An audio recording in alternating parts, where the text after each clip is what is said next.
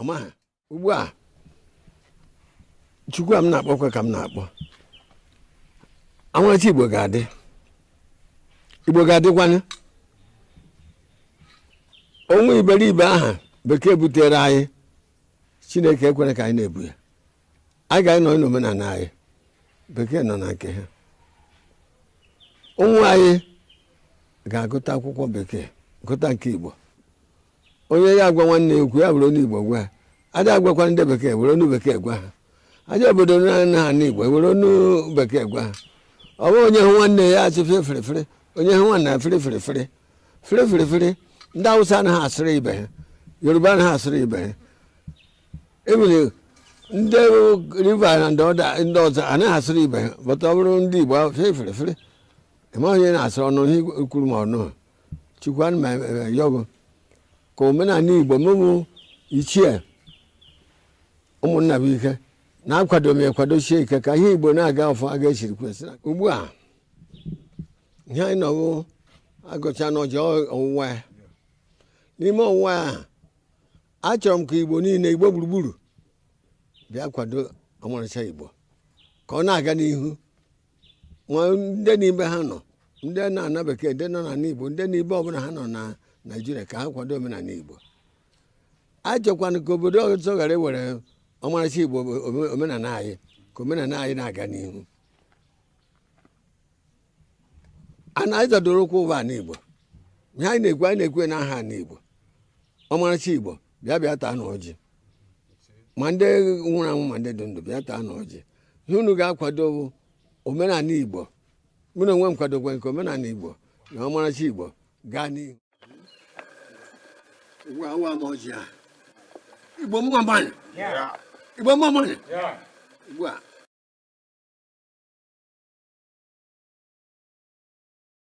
ụmụ Igbo ọ bụrụ na ị na-ege anyị ụmụ Igbo ọ bụrụ na ị na-ege anyị n'onu ma na-ekiri ozi ọma nke anyị na-ewetara unu na ozi ndụmọdụ na ịgbazi ọnụ nke anyị na-ewetara unu biko ka ị na-esonyere anyị na YouTube na-esonyekwara anyị na Instagram maọbụ na Twitter maọbụ na Facebook na ọ na webụsaịtị nke ndị Obinwanne m ka anyị wee na-ezinye abụ ozi ka o si wee kwesị dị na-adị maka na oge erugo mgbe anyị ga-ebupụta ihe nke njirimara Igbo na asụsụ Igbo na omenala Igbo na ihe gbasara ndị Igbo niile n'ụwa niile ọ kacha ihe anyị na-achọ bụ Biafra ị ga na-afụkwanye abụ ozi ka ọ ga na-abịa ị na-esonyere anyị ị ga na-ama mgbe anyị tụpụtara gị ozi nke dị mkpa iyi amara ma wee marakwa ị ga-eme ngwa ngwa ka emeghara ọdachi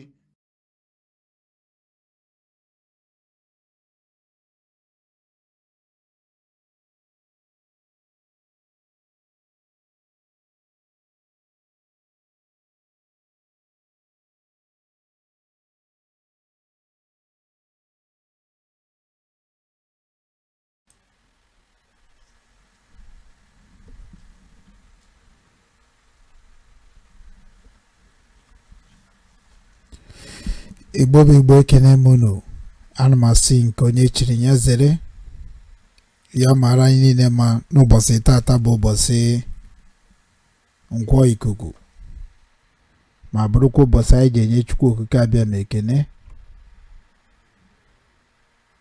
maka na onye dị ndụ kwesịrị ikene Chukwu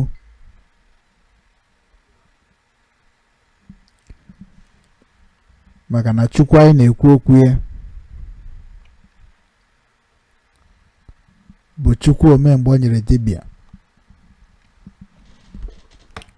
Chukwu omemgbe o nyere pastọ Chukwu omemgbe o nyere nne na nna Chukwu anyị na-ekwu okwu ya bụ ị na-afụ nwanne gị na-afụ Chukwu ị na-afụ nne gị na-afụ Chukwu ị na-afụ ụmụnne gị na-afụ ndị oyibo kpọrọ angels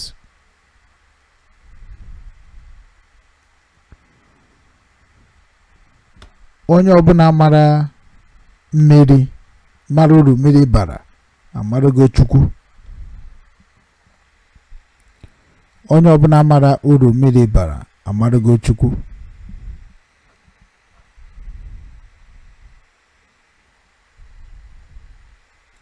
ọ bụrụ na ị mara uru ọkụ bara, ị marago Chukwu.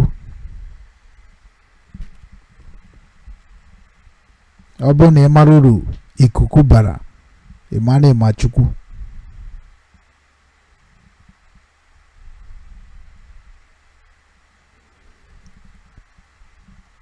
Ọ bụrụ na ị mara uru mmiri ọṅụṅụ mmadụ na-aṅụ, ị mara ya, o nwere ihe ga-eme ka ị rapụ ịṅụ mmiri, ọkwa ya. Ị mara mgbe ọbụla ị na-ala ike ka ị ṅụọ mmiri. Ọ bụ na ị ṅụrụ mmiri, ị ga-aṅụrụ mmanya na mmiri bụ ofu ihe.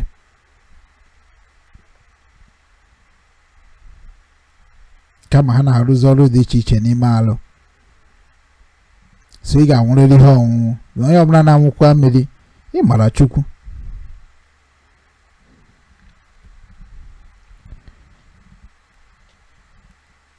According to research anyị na-eme n'ụwa niile,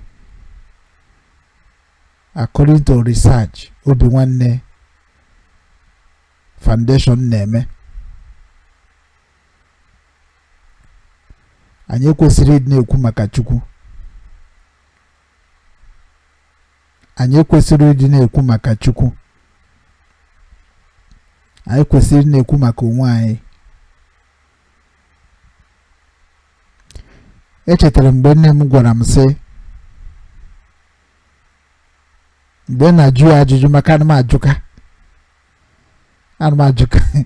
onye ajụjụ. Nne m ama mara, ana m ajụ kweri. Ana onwe ndị ada like kweri. Ana m ajụ ajụjụ ọfụma. I dey ask question.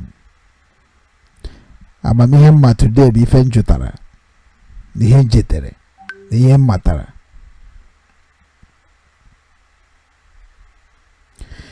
Onye mere eji wesị na ndị onye na-eje njem ka onye isi awọ ọma. Mama m gwara m sị, mgbe m na-ajụ mama m ajụ si ya, like, onye bụ Chukwu. Ajụrụ mama ya because mgbe anyị na-eje catechism, a na-akụziri anyị ụmụ ihe a. Onye bụ Chukwu? Asị na Chukwu bụ mmụọ nke anaghị afụ anya, mana a na-anụ onu ya. Ụmụ mgbe ha sị na a na-anụ onu ya, nwee ndị nke sị na anaghị anụ onu ya, bet na ndị nna anyị sị na na-anụ onu ya. N'obi n'ime mmadụ, na mmadụ ka o ji arụ ọrụ n'ụwa. Mama m wee gwa m sị m na ajụjụ a jụrụ kịta, na nsị ka nchọba eziokwu dị n'ime ya, ma ọ ka nchọba ebe ọ dị, ka nje marụkwuo mmụọ ka nsi chie eme ya. Ịgba na mama njechi ya, na mama chọta ya, ọ ntịrị m alapụ ụwa. Na ndụmọdụ na-enye m bụ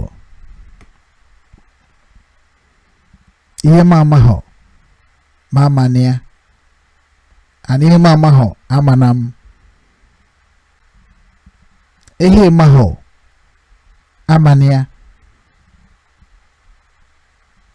ka ọ rapụ ịma gị. Maka na ọ bụrụ na ị mara ihe maghọ, ọnya na-ebutere gị ajụ, mgbakasị arụ, ekworo, anya ukwu. Ị na-anụ ka ọ na-ada.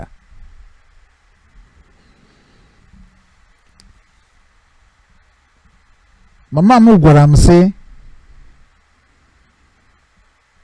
na ife ịfụrụ anya ka ị ma, ana ife imetere aka ka ị na-afụ eche maka ya. Ndị ọcha na-akpọ ya ka ị na-efil maka ya. So the reason why Obinwannem Foundation ji create ya bụ anyị chọrọ ịdị na-eme ndị be anyị integration bụ nkọwa, ebe a na-akọwa, kụzie dịka ụlọ ụka. So which is na ndị kwesịrị ịdị na-eme ndị Igbo integration bụ ndị dị ka ndị a bụ ndị isi ụka, mana anyị nwa bụ ndị mara maka na ha dị eme ife ha kwesịrị na-eme create ziri ya na-akpọ Obinwanne Foundation the same way ha nwa bụ ndị ụka si create kwa nke fa, maka Catholic be foundation. Even Ebuka Obi, Mbaka, Odumeje, ha China bụ foundation. They created it as a foundation, charity, ebe na-enyere ndị mmadụ aka. So automatically government na-enyekwuru herself ka ha wee nye ndị mmadụ aka, maka na ọ bụrụ mmadụ niile nọ n'obodo ka aka gọọmenti na-eru. So gọọmenti na-eji ndị ụka arụ ọrụ arụzie ọba village, maka na ndị ụka created a foundation rural the whole village of where you came from in Igbo land. Enwere ezinụlọ ị ga-abata today asị gị na enwere onye Catholic, onye Anglican, onye Pentecostal, onye ọgọmmụọ ka ikwu ya otu a. Enwere ezinụlọ n'ala Igbo, the whole ala Igbo ị ga-abata agaghị enwe a Catholic member or a Anglican member or Pentecostal member or onye ọgọmmụọ.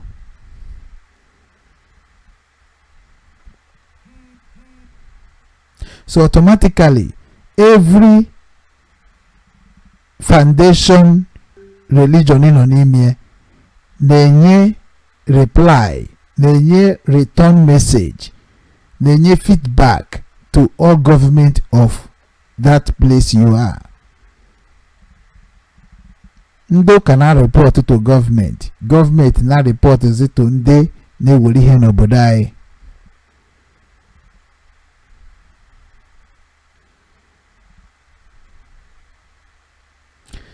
So n'ife nchọrọ ịkọwara gị na mgbede a tupu m abanyela ife a na-eme, ihe nchọrọ ịkọwara gị na mgbede a bụ ka ị mara uru foundation bara and ife jigasị that foundation eme.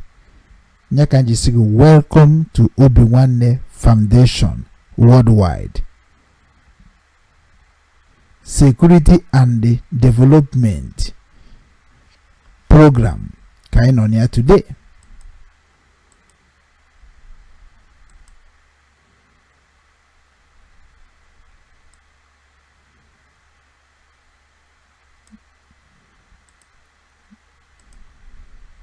Ya ka anyị nọ n'ime today.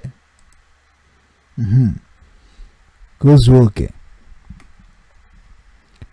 Welcome to Obinwanne Foundation's Worldwide Security and Development Program. Anyị ga na-akụziri unu nkụzi maka na ihe Obinwanne ndị Igbo ji wee pụta.